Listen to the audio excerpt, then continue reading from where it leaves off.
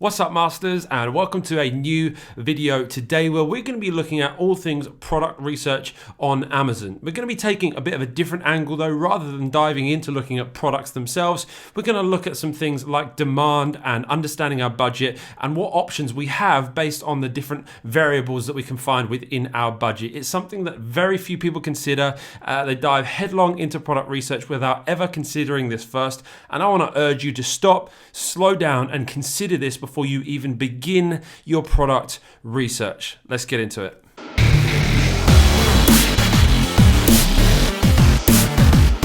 Okay guys, welcome to the video today. I'm going to share with you a tool that I use and a whole bunch of other people in our community are using just to really make sure that they are going after the right kind of product opportunities. A lot of people in this space will just talk about finding high demand products, and for many people a high demand product is actually the worst thing that you could go ahead and try and hunt for because of your circumstances, the budget you're trying to start with, the goals in your business, and for so many reasons and so many variables, often we actually need to change the way we're looking at things. So we're going to look at that today. But listen, if this is your first time watching or you just recently started watching, if you're someone who wants to make more money in less time so that you can be free from that grip that money so easily places over time, why don't you consider subscribing, because that's what this channel is all about, and you'll be well on your way. In today's video, I'm going to walk you through something on the screen. So let's dive right into it. So here we are inside a tool. It's a relatively basic spreadsheet, but I've set it up to really be functional for you to be able to understand a few things about demand assessment, really understanding what kind of demand that you want to go for given your budget, your circumstances, plenty of variables that we're going to talk about in this. There's lots of variables, and so I've tried to sort of make this tool condense those variables into some actionable info for you to actually be able to do something with and have some clarity about what you're doing when you're starting a physical products business. See, there's so much opportunity in physical products, in building a brand in 2019, 2020. Don't let anyone tell you otherwise. You just need to be smart about it and treat it like a real business. This is not a game, not a get rich quick scheme. This is a real opportunity to build a real business, but you need to understand the real numbers behind what you're doing. And so I'm going to give you access to this tool. I'm going to show you how to get this for free just sort of later on in the video. So don't worry about that. But first, let me talk you through how to use it, because if you have it and don't understand how to use it and what the numbers mean, it's useless, right? So let me talk you through it. So firstly, you want to just come over and hit this drop down and select how much capital you've got available. It spans all the way from £1,000 all the way up to £50,000. 1,000 would be, really around the minimum that I would suggest trying to start a physical products business with. £50,000, obviously, if you've got it, A, give me a loan, but B, well done you. And this is a great opportunity for you to build a real business and get it sort of started fast. Just do be careful. Little side note, because sometimes too much money can actually cause you to make decisions that won't actually help grow your business. I know I made that mistake early on. We had a decent amount of capital to put into our business, and we tried to go too wide too quickly. So stay focused on what you're doing if you do have a big budget. But no matter what your budget, there is opportunity for you. And so let's go with a sort of a median amount here, around £5,000, and then your inventory allocation. And now this amount is because what I would recommend to you is, if you've got a set amount of budget to start with, to start your business with, is to not put all of that money into inventory. And now you want to be as aggressive as you can with your investment into inventory, because your investment is just that. It's an investment. It's something that will grow your business. It's something that, should you choose the product right and should you do, take the right steps, it's actually going to bring you a return on that investment. That, of course, is what business is all about.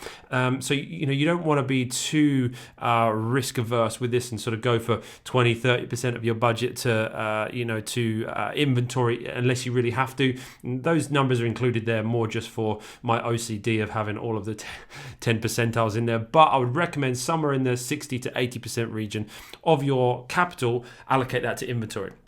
You might be asking, if you're just starting out, well, what else am I going to need it for? You're going to need to do things like create a domain name for your brand, get a logo done. You might need packaging for your product, designed. The packaging will actually being produced will come into the landed cost, which we'll go into in a moment. You might need some photos done. You might want to get someone to help you write your copy of your listing. You're going to want to have some money for PPC advertising or to launch that product, whichever method you choose. So there are some things, but of course, inventory is going to be your major major investment. So I tend to aim at sort of 70 to 80% for when people are starting out. So let's go with 80% for now. And then what that does is that calculates this figure here, the 4,000. So, you can see if you had selected, let's go like 7,000 and maybe 70%, you got 4,900 to invest. You can play around with this according to your circumstances. But let's go 5,000 and 80%. Give us a nice round number of 4,000. And then this next one here, days of inventory required. Again, this is the other variable for you. And on the drop down, there are 30, 60, 90, and 120 days to choose from. Now, what's going to define the amount of inventory required, how many days you require, really is your lead time, right? So it's going to be, number one, how long it's going to take your supplier to produce your product. And then number two, how long it's going to take to ship that product. And again, lots of variables in this, which is why I created this spreadsheet. It's not a one and done, here's what you should do. There's many variables, right? So if you are sourcing a product that's going to take, 15 days and you're going to ship it by air and it will take 10 to 15 days, then, you only need 30 days of inventory to make sure that you've got enough stock to be able to then reorder in time, right? And so, but in an ideal world, what you want to do is you want to be able to have some inventory come in, and then you want to be able to start selling that inventory. You want to get an idea of the trends and how that's going before reordering. So therefore, you want to have a little bit of a buffer. And so you can obviously choose there. If you have a super quick lead time and you're shipping by air, you could maybe just about get away with 30 days of inventory. Really, the minimum I would recommend is 60 days of inventory, but for most people, optimal is going to be around 90 days of inventory. Reason being is because most products are, when being mass produced in China, are going to take 20 to 30 days to be produced. And then if you're doing sea shipping, which I would recommend because it's far more efficient, far more cost effective than shipping by air, then that's again going to take sort of 30 to 40 days. So you're going to have maybe a 60-day lead time overall with everything. And then that gives you a 30-day buffer to be able to start selling through that stock, identifying the trends, understanding how much of a reorder you might need to make, and then also getting some cash back in, right, from those sales. So it gives you a little bit of time there. So that's what I would recommend. Side note, don't go crazy on this because you don't need to order so much inventory that you never go out of stock. I see some people making like crazy big first orders because it's been drummed into them from YouTube videos that they need to never go out of stock, because if they go out of stock, their business is going to fall apart. And that is completely not the case. We had just recently one of our suppliers go AWOL, which is another story for another video.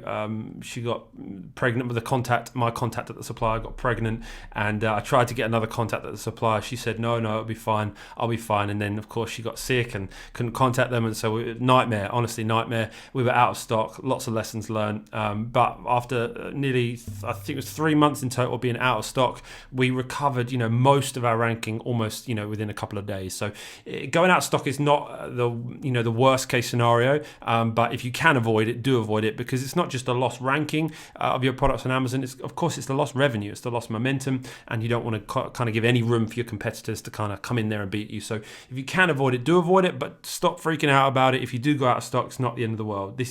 There are many variables in this. You might order 90 days of inventory and it sells out within 30 days because it just goes bananas, right? You can't control all of this. All you can do is prepare as best as you can and put yourself in the best position possible for the most amount of success, right? So choose all these things. And then that is going to populate all these numbers here. And let me just talk you through these numbers again so you can understand it a little bit more.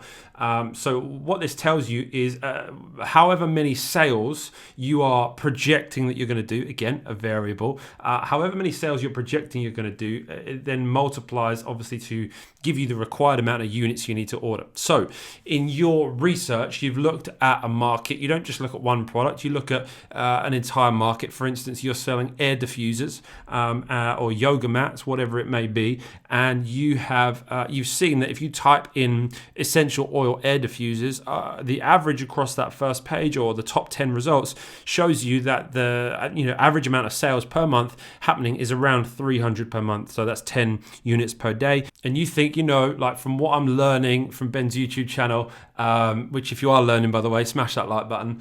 If from what I'm learning, what I'm taking in, what I'm growing in, I can kind of, I feel like I can get in that top 10, right? I feel like I can get on that first page.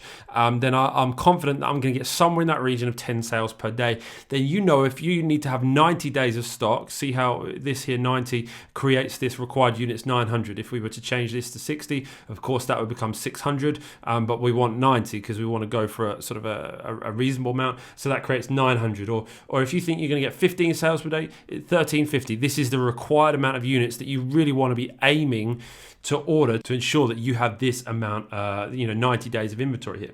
Okay, so that first thing is to understand the demand and where you're going to pitch yourself in this sort of level of demand. So then coming over to this next column, maximum landed cost, what that gives you is based on your budget and the required amount of units that you need to order to fulfill that 90-day requirement. It tells you how much is the maximum that you can pay to get this product to an Amazon warehouse. Now, I think this is the really, really helpful figure because from your budget, rather than just looking at products in a certain price range, you can begin to understand products from a production range, right? I know that this is the most I can pay for this product to be landed, and notice it's landed cost, right? So that is that includes your shipping, that includes your VAT, your duties.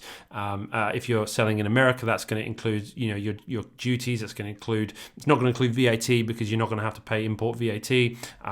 So it does depend again on where you're selling, but obviously you can sort of think through this in terms of dollars rather than pounds. If you've got $4,000 to invest, and then your maximum landed cost is going to be this in dollars, you're smart, you can work that out. But this gives you obviously a monetary figure to aim for your landed cost. So you can't just go to a supplier and say, right, I need 900 units and I can pay £4.44 for them, right? You need to obviously factor in VAT, duties, and shipping into that as well. Okay, so if you do want a full breakdown of how to do profitability checks as well, the resource I'm going to give you in a moment is going to give you a tool to be able to work all that out as well. And so that's your maximum landed cost for how much you are going to be able to actually spend on each and every unit to be able to fit within the budget, fit within this criteria. Okay, so for me, I think just that alone gives you a really, really good idea, helpful idea of where you can be aiming at, and you've got some clarity with suppliers. You go and contact 10 suppliers and say, I want to source this product, and what price can you give me? If 5 of them come back way more than that, and 5 of them are in that region, you know which 5 to focus on, and it gives you some real clarity straight away, right? So I think that's really helpful, and obviously, again, many variables, but you can have a play around with this. And then the final 2 columns is just to give you a bit of an idea on the actual selling price range. So we've got one column here, which is the low price range, and then the high price range. The reason I've included both of them is because what you'll find is that the higher the landed cost, the lower the multiple can be to be able to be profitable. Okay, let me try and explain that a minute. You see how here, this £8.89 landed cost, and then the 3 times multiple, which is what this low range is based on, is $26.67. Now that's going to be at that price, it's probably going to be quite fine. We've got a product that we have a landed cost of in £9, just over £9, which we sell at £30, and the profit margins after PPC and all expenses are around 20%. So lower than some of the YouTube gurus might tell you, but we're building a real business with real expenses, staff and operations and all these kind of things, marketing. So there are real expenses, and so 20% I'm happy with. But it just gives you a bit of an example of the range you could go to. You can source a product for £50, for instance, and if you sold it £150, you'd be making like an absolute ton of profit, because you've obviously got variable costs, which are like a percentage of your sales, so your Amazon fee, VAT, and so on. But you've also got fixed costs, like the cost of the unit, like any costs related to actually making that product possible. You've got those fixed costs, which as the price goes up and more of a monetary value increases, then those actual expenses become less of a percentage amount. So, a £50 landing cost to £150 selling price, then, you're going to be doing, should be, all things considered, be doing really well there. But if you then try and source a product for £2, £1.78, for instance, and sell it at 3x markup for £5.33, you're going to make diddly squat. In fact, you're probably going to be paying Amazon to be able to sell this product. And so the lower the landed cost you're going for, the higher the range needs to be in. At this range, if you are getting it at £1 or 89p, even this 7 times range is probably too low. You need to be 8, 9, 10 times markup to be able to make this work. So again, that's just as an example. You can obviously sort of make some other calculations if it's going to help you, but this is to try and give you a healthy range to aim for. If you're going for a lower landed cost, 2, 3, 4 pounds, dollars, then you want to try and aim for 6, 7, 8 times markup. Whereas if you're sourcing a product at 10, 15, 20 pounds, dollars, then you could aim for maybe 4 times, 5 times. Obviously, you want to sell it for as high as you can, but that just gives you a healthy range to aim for. We, at the moment, are in negotiations with suppliers about a couple of new products for the new year. One is right up in there. It's going to be around £20 a unit, and we're going to be selling that for around a 3 times markup, and it's going to be around 30%, 35% profit after VAT, after PPC. So, it shows you it can be healthy there, whereas we're also sourcing another product that's going to be around £2 to source per unit, and, we're going to need to do a sort of a 7 or 8 times markup on that in order to make that one profitable. So depending on the price you're selling at, depends on the markup you need to aim for. Again, these numbers are like guidelines. Don't bet your life upon them. They're meant to be a guide and a general kind of steer in the right direction to help you. Okay, so that gives you a bit of an idea of what you can shoot for, and which is obviously going to really help you in your product research, because then you can look at this here, and you can think, right, well, I know that I need to be selling between this price and this price in order to be profitable, and you can use those figures to really give you some clarity on what you're searching for. Because product research, I know, because I've done it, still do it, it can be all consuming at times, because you can feel overwhelming at times, because you look at stuff and there's so many results for different things, and you as a new beginner, you wonder, how am I ever going to sort through all of these results? Whereas if you kind of get more refined in your criteria, and you know what you can not only launch, but you can launch successfully, and build a real business with longevity, not just a quick flash in the pan business that looks nice on a screenshot, but is profitable and actually brings change in your life and